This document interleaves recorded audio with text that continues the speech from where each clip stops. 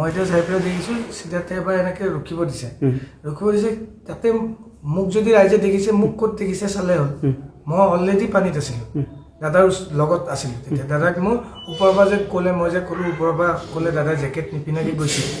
তেতিয়া মই দাদাক বেক কৰি আনিবলৈ মই দাদাৰ ওচৰত আছোঁ আৰু দাদাক ময়ে ধৰি লাষ্টত এনেকৈ দিওঁতে মই যে ক'লোঁ ফেন যে ওলাইছে বমি যে কৰিছে ময়ে ধৰিছোঁ এতিয়া মই দেখিছোঁ সিদ্ধাৰ্থে কাৰোবাক এনেকৈ ৰখিব দিছে সেইটো কাক ৰখিব দিছে আচলতে তাতে আমাৰ কোনো নাছিল সঞ্জীৱনো পানীত আছিল আচ্ছা আচ্ছা তো তাতে আছাম এছ'চিয়েশ্যনৰ মানুহ আছিল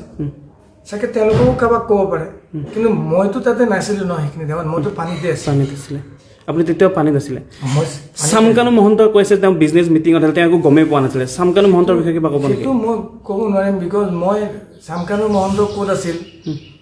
তেওঁ কি কৰি আছিল সেইখিনি টাইমত মই জ্ঞাত নহয় মই এটা মইতো মিউজিচিয়ান হিচাপে গৈছিলোঁ আৰু মই তাতে মোৰ না টিকেট আছে না মই ডাইৰেক্ট ইনভাইটি মোৰ তাতে মই জাষ্ট জুবিন গাৰ্গৰ এজন সহযোগী বাদ্যযন্ত্ৰী শিল্পী হিচাপে মই গৈছোঁ মোক য'ত ক'ব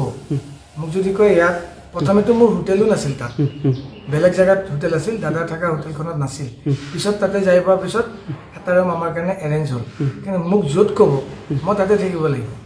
তাতে এতিয়া কোনে তাতে মিটিং কৰি আছিল কি কৰি আছিল তেওঁলোকৰ কি মিটিং আছিল থাকিবও পাৰে তেওঁলোকৰ অৰ্গেনাইজেশ্যন